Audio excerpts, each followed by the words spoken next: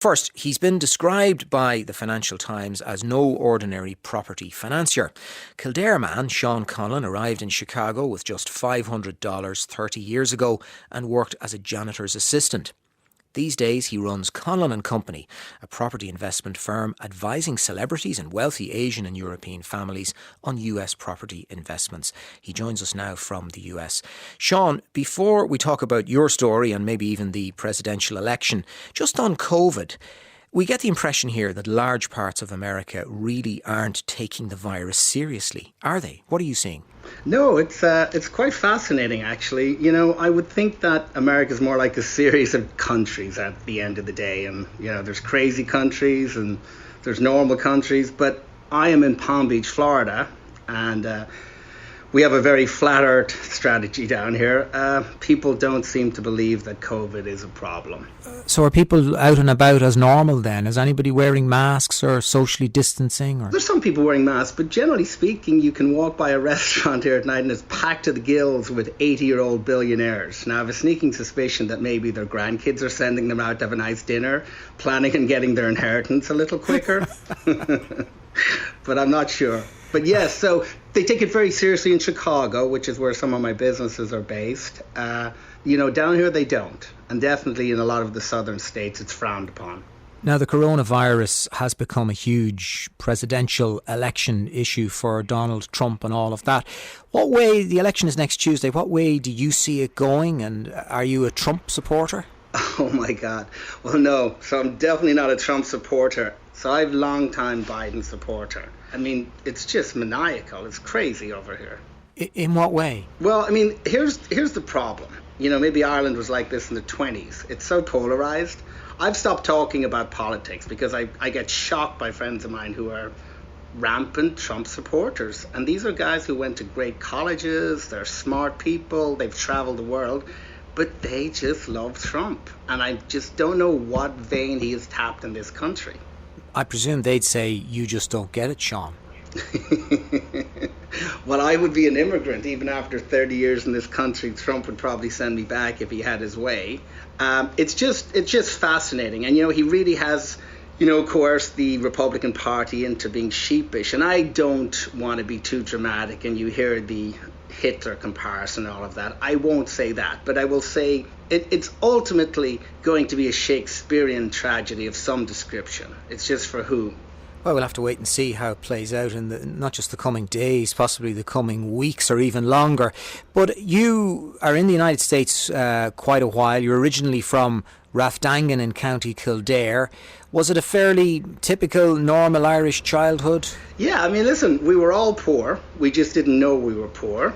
All poor. My father obviously was one of those entrepreneurs who wasn't, but he had an amazing ability to go from failure to failure, as Churchill said, without any loss of enthusiasm. I mean, he tried everything. He sold Amway, he put up seamless gutters. The country also wasn't very pro-business, but he was a complete dreamer, an awful businessman, but a fantastic person. He's dead now a long time. And then my mother was very practical. She was from Galway, school teacher, ran a little kindergarten and worked very hard. So I had the best of all worlds as far as that. But everybody was poor. Well, of course, it showed how things had changed for you, because I read somewhere that your mother wasn't exactly overly impressed when you showed up in a helicopter in the garden. Well, my mother is a very sensible woman from the west of Ireland, and I was trying to show off to her, so I landed a helicopter on the lawn, and she didn't even come out of the house. And when I walked in very proudly in my Savile Row suit, she handed me a plastic bag, and she said, "Now, do you think the Mangans will be happy with all the leaves you blew into their house? And they're up at Mass right now, so you'd better get out there and clean up their lawn." And you said that your dad was a dreamer. To a certain extent, did that rub off on you, or what influence did that have on you? Oh yeah, I'm a total product of my father. He was from Rathangan. He left school at 12, and a large family. I mean, a lot of them grew up in a little 2-room terraced house off what would have been the great estate at the time. He went off to Birmingham and was a bus driver, but always wanted to come home and always dreamed about making it. And the one thing I will say about, for somebody who left school at 12, he read the newspaper from cover to cover. He could currently talk about anything in America. But he used to always tell me that the thing about America is you can do anything there. And, it got ingrained in me to some extent. Now, it didn't happen that easy, but that and the library. I read every single book I could get my hands on. And one of the kind of interesting things is I read about the Carnegies and the Rockefellers and all these families. And purely serendipitously, I'd throw a Christmas party every year in Mayfair, and one of the tabloids was speculating last year that the net worth in the room was over 800 billion. Well, none of that was mine, I might add. But everybody I ever read about in that library was at the Christmas party unintentionally, indirectly. So the world is a funny place. So you read a lot about America whenever you had a chance. You read a lot about these very wealthy American families and what they did, and it sort of opened up the possibility of another world. When you first travelled to the US, it was on a J1 visa. It was. So I also read about falconry and all sorts of other crazy things. And the very funny thing is I read about all these great country homes. So I had a tree planting exercise outside our little bungalow. Nobody told me I hadn't some great English estate. So I go home now and look at the trees, and they're like 30 foot tall. We've had to cut down a whole load of them because I read a whole lot about planting trees and Capability Brown and all these great gardeners. But I thought myself falconry. And one of the locals came down to my dad once and said, "There's something wrong with your son. He's out in the field with a bird on his hand." But yes, as I said, I read about all these great American and success stories, and failures too, by the way. There's a lot more to be learned from a failure than a success, I would think. So you went to the States, but prior to actually settling in America, you had gone to London and you were working there. And what was that like? So I was at college in Dublin, and I was going out with a girl like you do in Dublin your first year at college. I'd never met anybody from Cork, so that was kind of funny.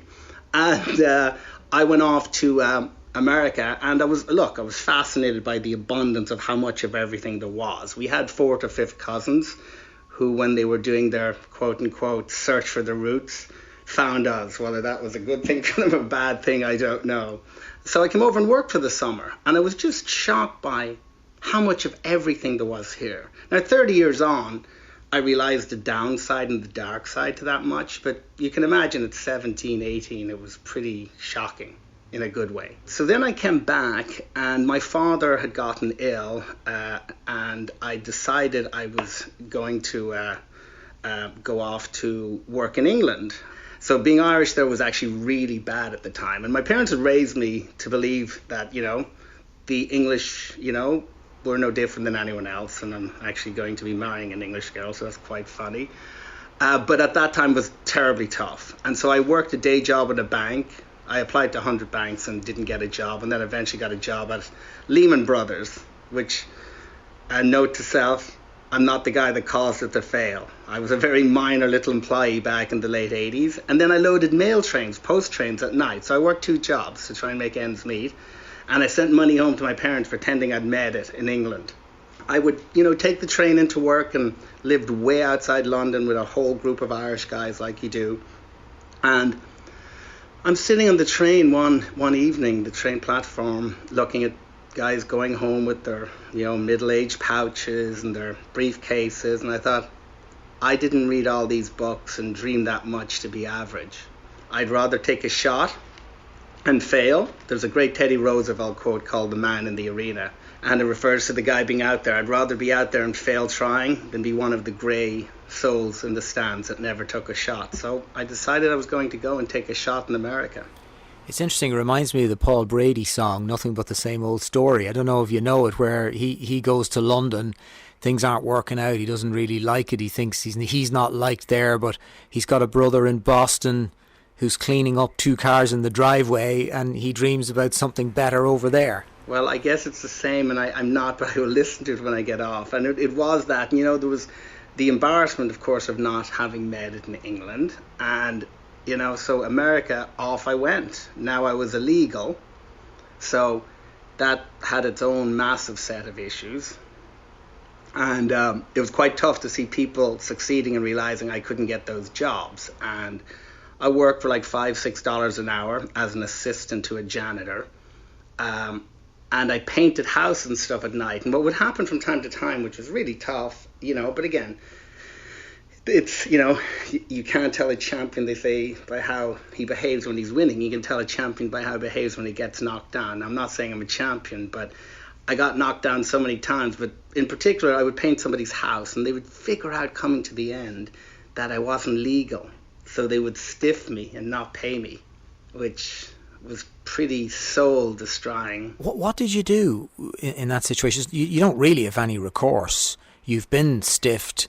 How do you change the script? Well, in that case, you couldn't change the script because you had to make a decision. So it taught me very early not to die on certain hilltops, which of course is a cavalry term of some description.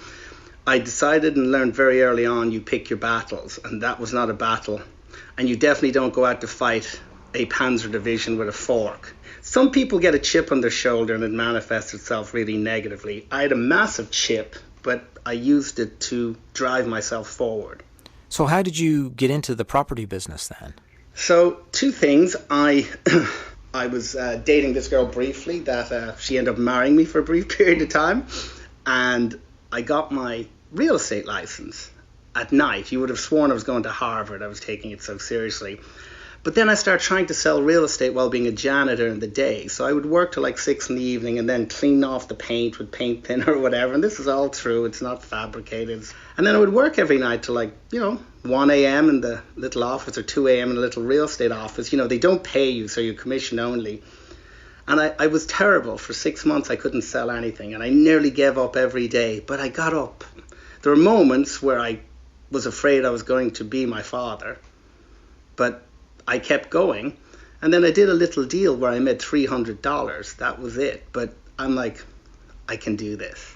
Do you remember what the first deal was that earned the $300? Yeah, it was a little studio. I will always remember it because we didn't really have computers then. A book came out once a month that had the listings, and of course, I was in the office when it got dropped off at midnight, so I was way ahead of everybody. One would call that arbitrage today. But at the time, I got the information first.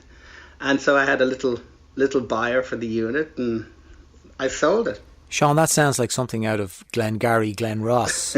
Well, it is really. Real estate in Chicago was a tough business. Very tough.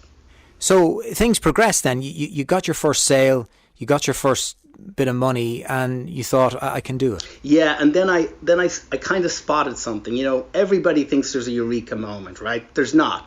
There is in hindsight, right? People always ask me, did you see it? I didn't see it at the time, but in hindsight I saw something that no one else did. So there was a neighborhood that was maybe 1 square mile around Wrigley Field that had a lot of little houses on it. And I purely by happenstance, because I was in the office every night in that neighborhood and I taught myself the zoning book. And I often use the expression, it's like teaching yourself to juggle. Well, I taught myself to juggle. It's a useless talent.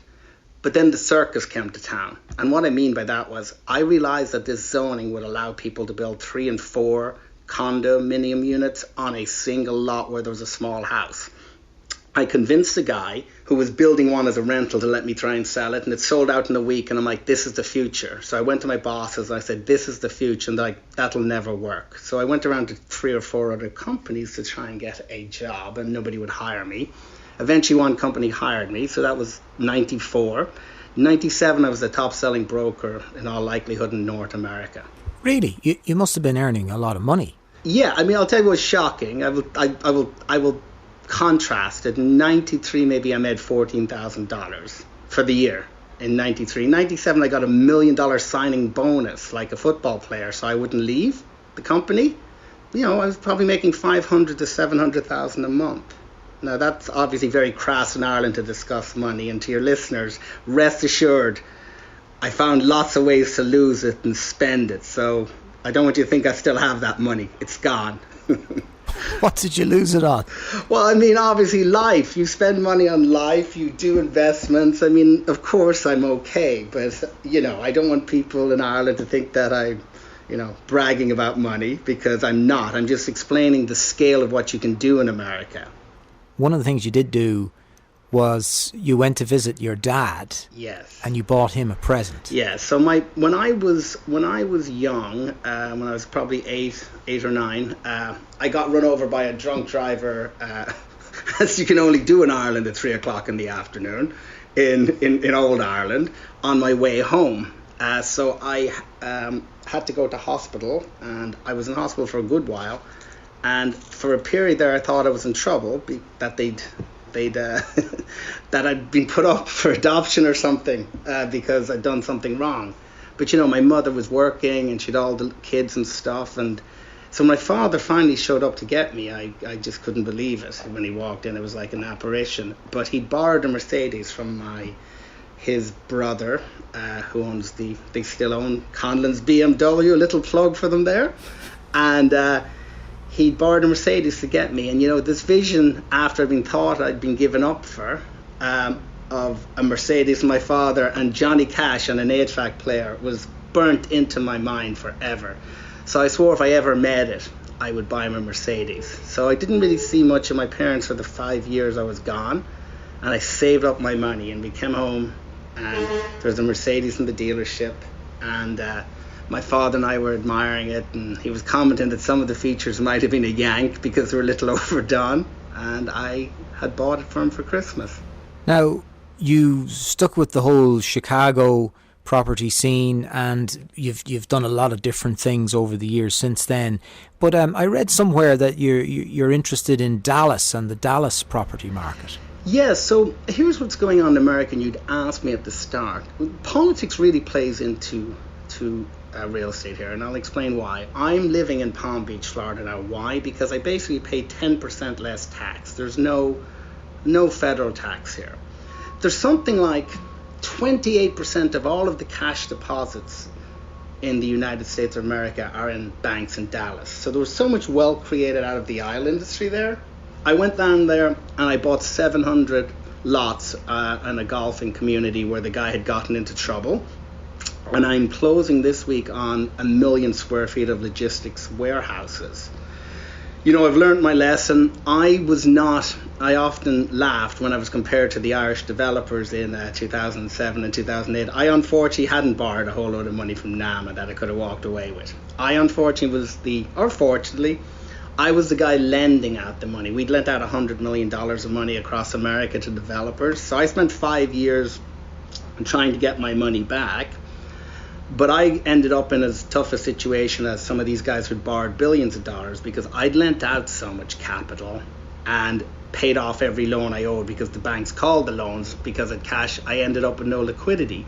So I found myself in the weird situation in 2010 of being owed like a couple of $100 million and selling my car to meet payroll. So when I say I went back to being broke nearly again, I did in 2009 and 10.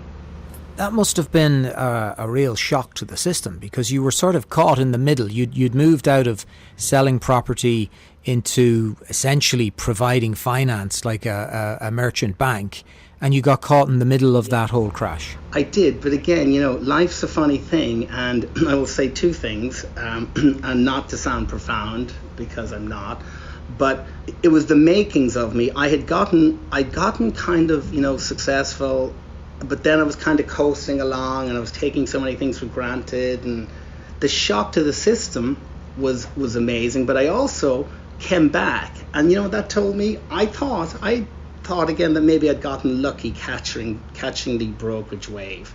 But when I got knocked down in 2008, 9, 10, 11, and got back up and did it again, then I realized that there was no luck in what I've done. That was sheer determination. And I'm not as smart as some people, but I outwork people, and I read people in situations, I think, better than a lot of people. And they're my strengths. I have lots of weaknesses, but they're the things I'm good at. So it told me that I could do it, and I did it again. You've also then done your own TV show in America. So that came about because of serendipity. When I was the assistant janitor, we had a fellow in the building who quite smartly smart arsely, nicknamed me Subtitles because he said I barely spoke English. So he was half Puerto Rican, half Jewish. It was very funny. So we called him the Puerto Rican, which back when you could be a little less politically correct. And so in 94, he tells a story when he speaks at colleges. He'd given up, end of 94, he'd kind of given up raising money to make his first movie. And he sees a Range Rover coming down the street. And he's like, well, only like African dictators had Range Rovers in his mind. And he said, Subtitles gets out of it, which is me. And he's like, hey, I said, what are you doing, Bob? It's so great to see you. He's like, well, I'm trying to make a movie, but I've come up 10 grand short. Now, I'm sure I didn't have 10 grand in the bank because I bought a Range Rover. I was that guy. And I wrote him a check. He went off and he made Men of Honor, Barbershop, a whole lot of huge, critically acclaimed and successful movies.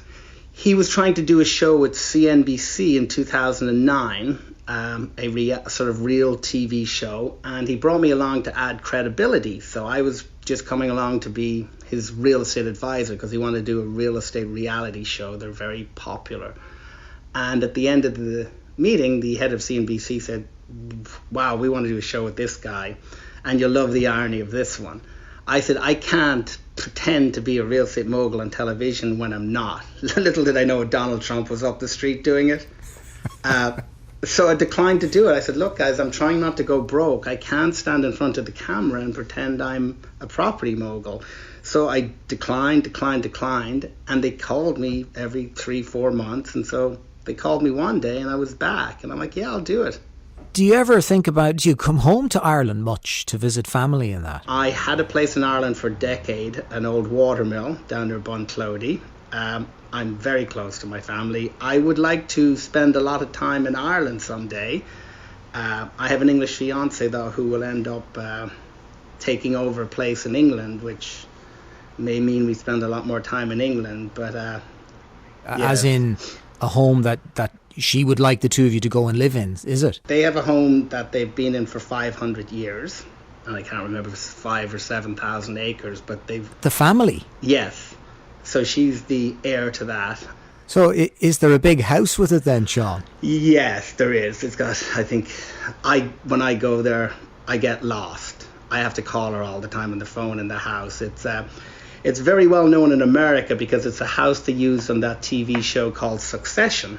And it's a place called Eastnor Castle. It's not the castle that the daughter gets married in, is it? Yes. That's my fiance's house.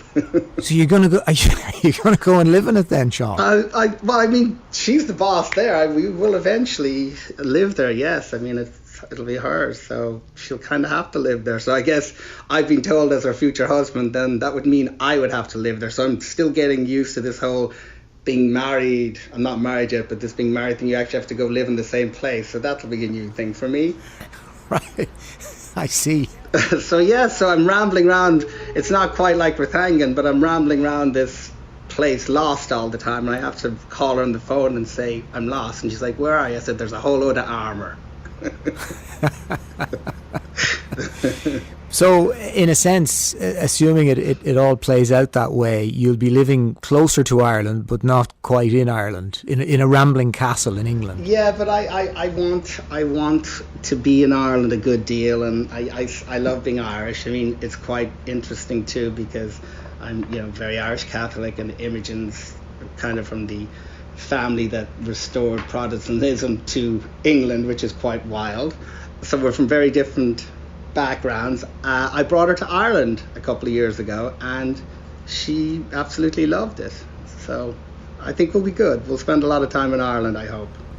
Well, Sean Conlon, I hope that all works out well for you. Thank you very much for joining us on the programme. Hey, thank you very much. It's been great talking with you.